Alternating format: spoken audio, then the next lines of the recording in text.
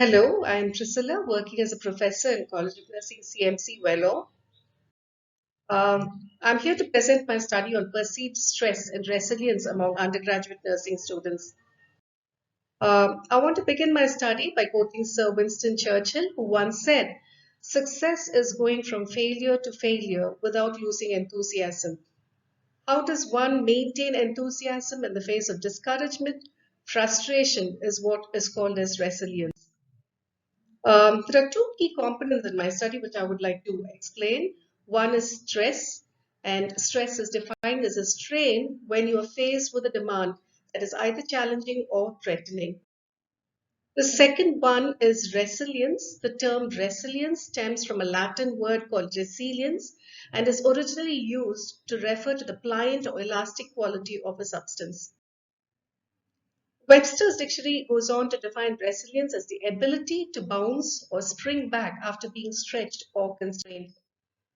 It's interesting to note that resilience has been viewed as a collection of traits or characteristics such as optimism, self-efficacy, and hardiness. There are certain factors which would help build resilience, and they are the ability to make realistic plans and being capable of taking the steps that is necessary to follow them.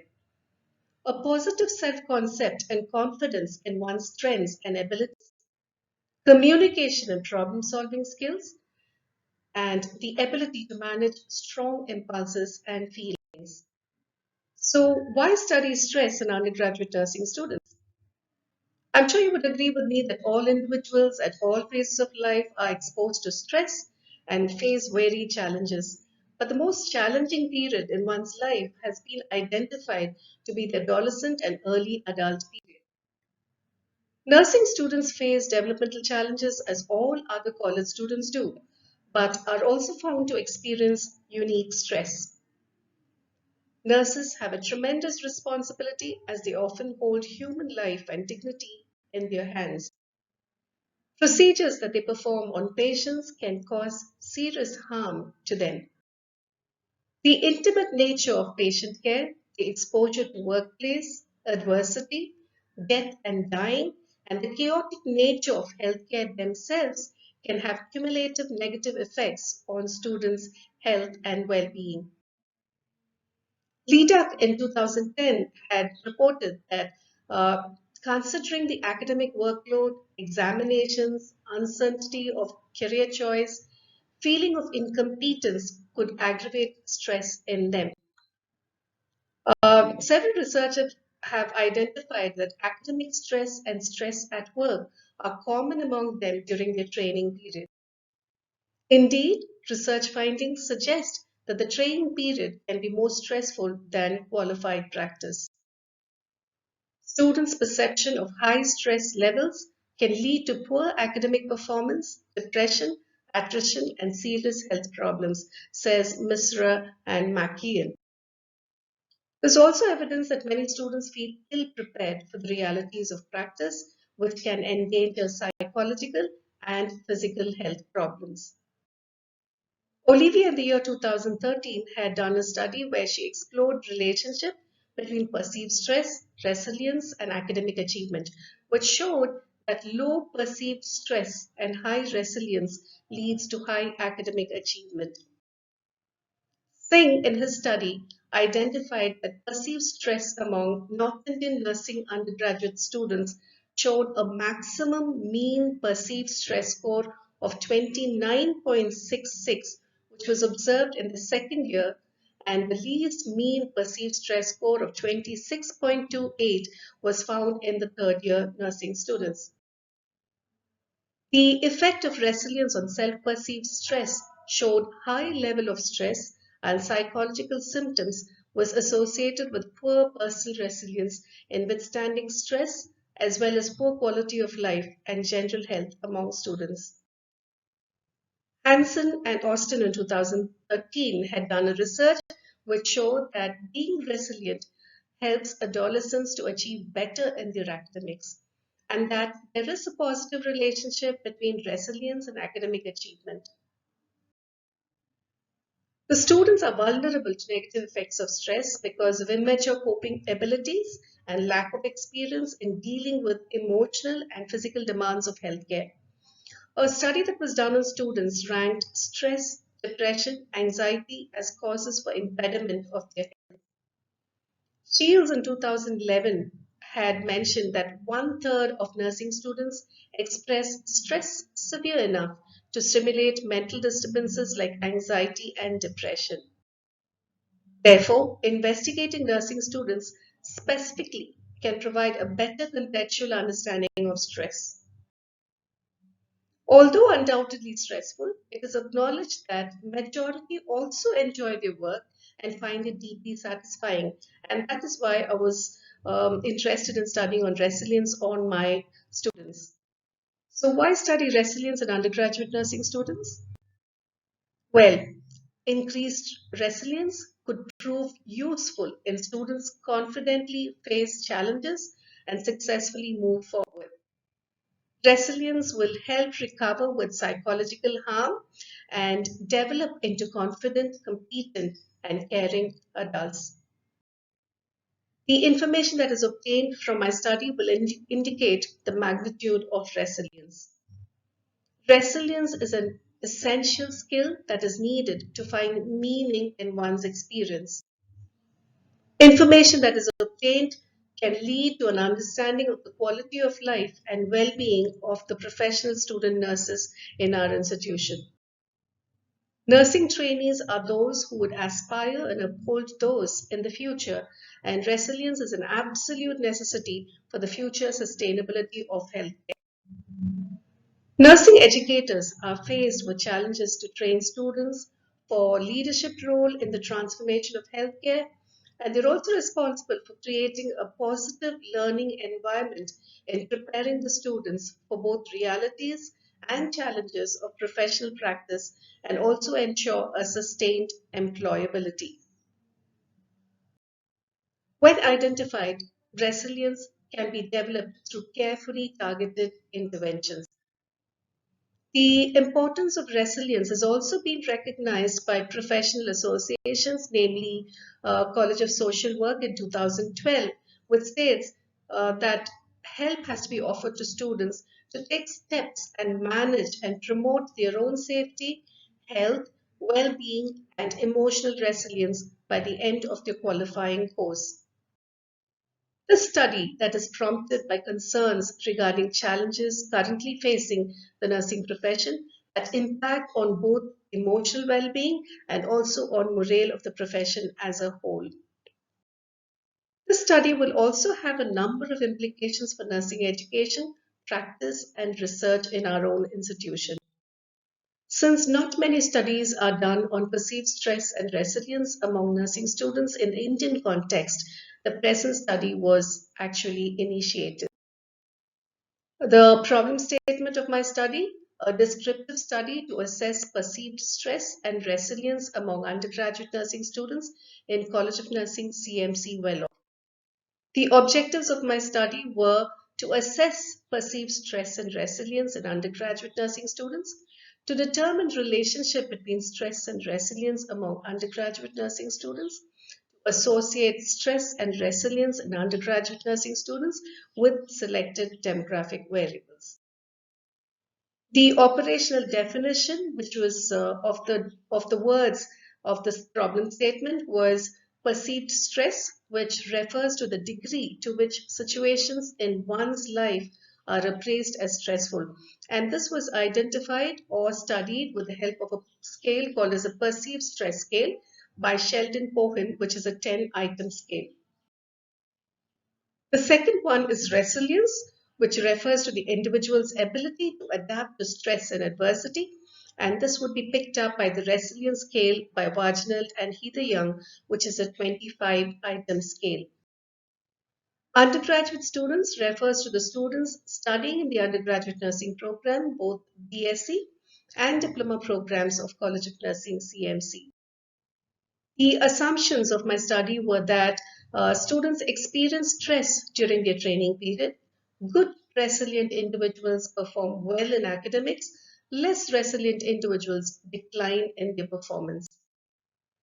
Stress experience has a bearing on the emotional well-being and also the morale of the profession. Students develop resilience over time despite the stress they experience. Methodology. The research design was a descriptive cross-sectional correlational design that was used. The setting of the study was in College of Nursing, and approximately 620 diploma and baccalaureate nursing program students were registered. Population, it was students of the diploma and baccalaureate nursing program, and of that, those who fulfill the sampling criteria were considered to be the sample. The required sample size to show 15% of the students have perceived stress levels with a 95% confidence interval with a precision of 5% was found to be 700 students based on the study that has been mentioned on the slide. The sample size was calculated based on the formula that is presented here.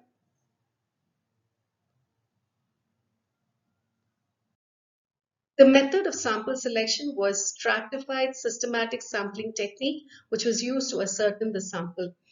The sampling criteria was that those of them who belonged to age group between 17 to 22 years of age were included in the study, and those who were delayed because of failures or chronic illnesses or psychiatric conditions on treatment were not part of the study. Data collection instruments, part 1 was the socio-demographic data, part 2 was perceived stress scale by Sheldon Cohen, part 3 was the resilience scale by Wageneld and Heather Young. Description of the instrument and scoring, part 1, socio-demographic variables. It consisted of age, sex, board of study, medium of instruction at school, marks scored in 12th standard, type of family, economic status, education of the parents, family support, choice of nursing as a career, academic performance in the previous year of nursing. Part 2 consisted of the perceived stress scale, which had 14 responses on a 5-point rating scale, and it was obtained by reversing scores to the 4 positively stated responses of items 4, 5, 7, and 8. It had good psychometric properties. The internal reliability of Cronbach's alpha was 0.88. The scores were interpreted based on the median. Those above the median were considered to have high stress, and those below the median were considered to have low stress. Part 3 was resilience scale by Wageneld and Heather Young, as I have already mentioned. It is a 25-item scale with 7 points from disagree to agree. All items were scored on a 7-point scale that ranges from disagree to 7 agree. Scores ranged between 25 to 175, and higher scores reflected higher resilience. It had a good internal consistency, a Cronbach's alpha coefficient of 0.80, a test-retest coefficient of 0.5 to 0.98.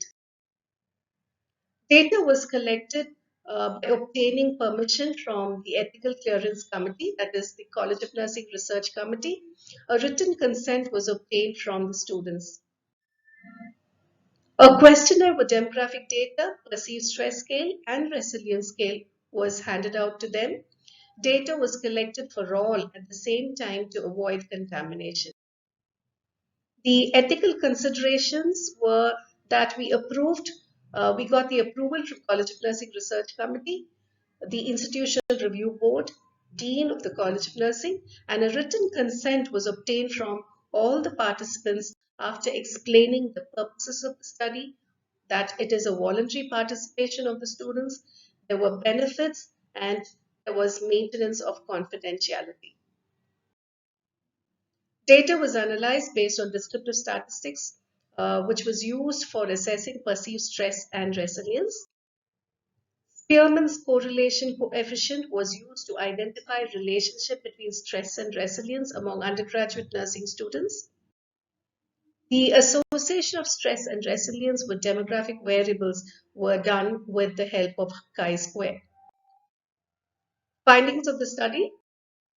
As far as demographics is concerned, majority of the study participants, that is 65% of them, were in the age group of 20 to 22 years. Now, these findings are found to be consistent with the findings of Loris, who identified that 66.7% of them are from 20 to 22 years of age in Ghana. 88% of them were females, as nursing predominantly consists of female population. 92% were single, 74% were Christians, 84% hailed from nuclear families, 57% were from urban community, 74% had English as the medium of instruction, 62% of them were educated in state board, and 88% were from middle class families. Findings on stress. It was identified that students with high stress amounted to 45.7%, as depicted below in the figure. These findings are congruent with similar studies done among nursing students who showed high levels of stress by Baum et al. In 2014 and Vijay et al. In 2013. Now, this could be true as they face both academic and clinical challenges during the study, as it was discussed earlier. As far as findings on resilience goes, 55% of them had low resilience and only 1.5% had high resilience. And you can see it on the figure there.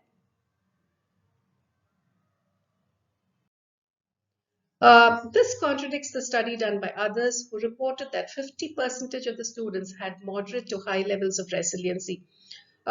This could be true as cultural differences exist among nursing students in the Indian context, as they are generally more timid and lack the needed coping strategies to encounter stress that is faced by them, as mentioned by Amen in 2014. Relationship between stress and resilience. There is a significant negative relationship that exists between stress and resilience, which shows R is minus 0.236 and a p-value of less than 0.001. This is congruent with a similar study that was reported in the literature by Petrie in 2010 and Fridborg in 2006. This suggests that as stress goes higher, resilience becomes lower and vice versa, and thereby influence each other. Um, it could be that resilience mediates perceived stress, and when faced with a basic level of stress, individuals' protective factors determine whether one perceives a situation as stressful or not.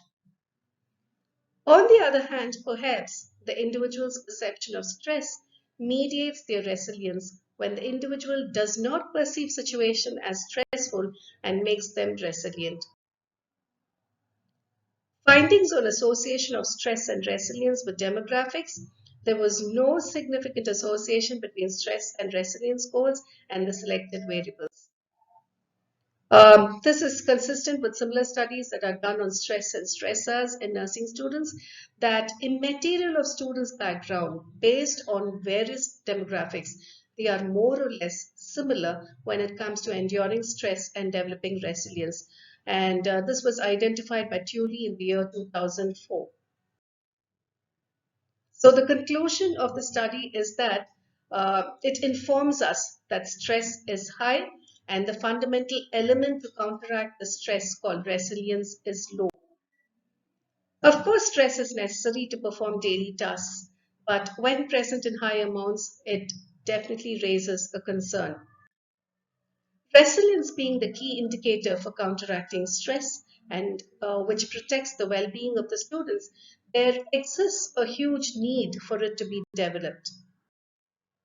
Help can be offered to develop their own toolkit of strategies to cope, which could be identified by their own selves with the help of the educators.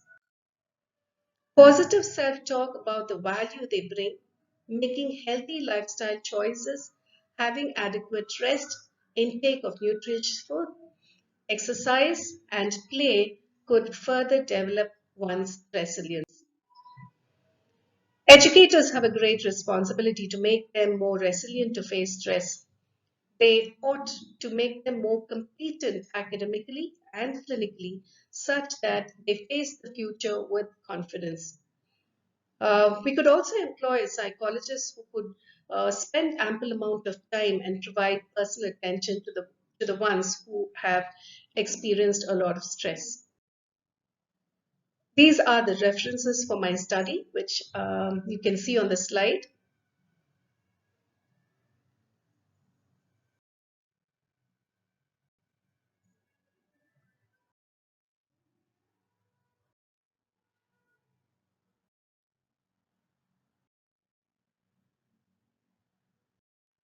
And thank you for a patient hearing.